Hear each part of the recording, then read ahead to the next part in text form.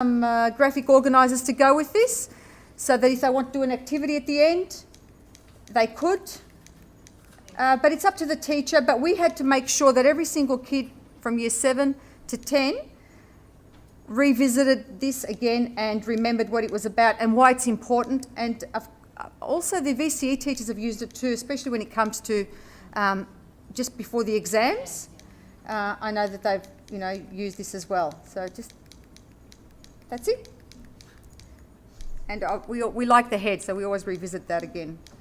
We've got our teachers really, cueing the students in to use a lot of the strategies, but we didn't really have the kids articulating them back. And so just from last week when you were talking, we just made some very quick cue cards that actually sit on the floor when we're actually working with our kids, and so they can actually see the exact strategy. So, okay, right now I'm using getting knowledge ready, and I can use that, so I'm articulating exactly what I'm doing, and then for them to do the same thing back.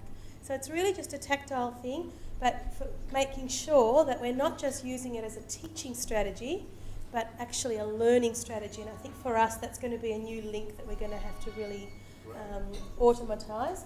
The other one, and we've made them for virtually everything that comes into your high reliability, so visualise, stretch the word out, what do I want to find out, what questions, every single prompt there is.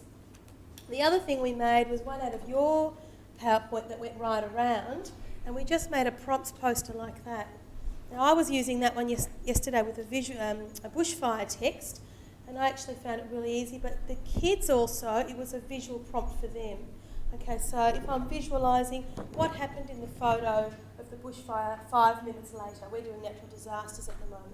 So we were able to keep working around and just use it as prompts. And so these kids now, after just a very quick week, are actually automating exactly which strategy they're using. So for us, that was a big link. That's a fantastic one. If you've got a bigger piece of cardboard and you had it in the centre, like the square for the text, you could have the head there, and then you could have those balloons around, and you could even have a big pointer which had a pin and point, move it around to each one in turn, and that in a classroom could really cue the kids in. I think that'd be a good. At the moment, we've given one to each staff, and it's really for you when you're sitting down doing a guided reading. But someone on our table said this should actually become, a poster in itself all around the room, so that the kids are taking it on board all the time. And so pointing to each one and just getting it, and that would be fantastic for you cueing without saying it. Once it's automatic. Thanks. No worries.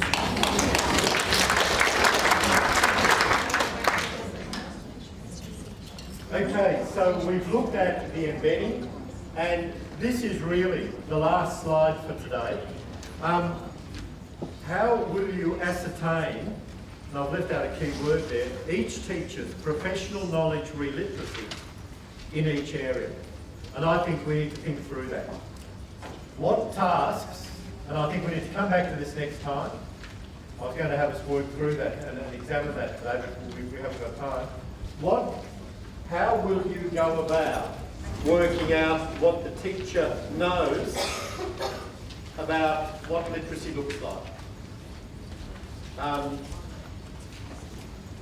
will you go about working out the relevant teaching options and so on? I remember on one occasion, about 10 years ago when I was working at Judy and John's schools that are now combined, at Judy and David's schools, that we were trying to think a way of doing it. We had this situation where we listed some key literacy points, and we asked each teacher to say, would you be prepared to talk about the idea for 2 minutes, 1 minute, contribute to a discussion, or listen? And most people ticked listen. So I'm not sure whether that's the best way of gathering data about what people already know. It was a way of trying. But it would be good if we could think of ways of gathering data about each of those. Is this all right? Because you need it. You need to know what teachers know about the relevant teaching options, or what they know, or what they actually do in their teaching. And you can't be necessarily in their teaching with them. So how are you going to get insight into that? Or how motivated they are to actually do the things. So I think we need, are you happy if we come back to this next time? So we need to think through that. Now, would it be okay if we talked about bringing back the plans this today? Would some schools be prepared to share their plans with the group next time? Is that right? Some term-by-term plans?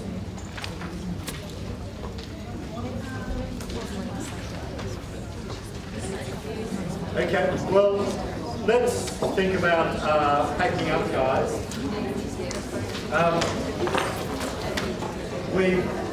In today's session, we've covered a fair bit of material.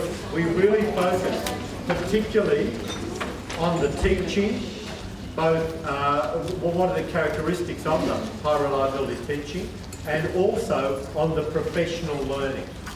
And so next, we won't come back so much to the professional learning next time. In our next session, we're really going to target more about how we get a professional learning capacity in the school. Things like building a learning community, focusing on the climate for professional learning, how we actually go about strategic planning to introduce each strategy and so on.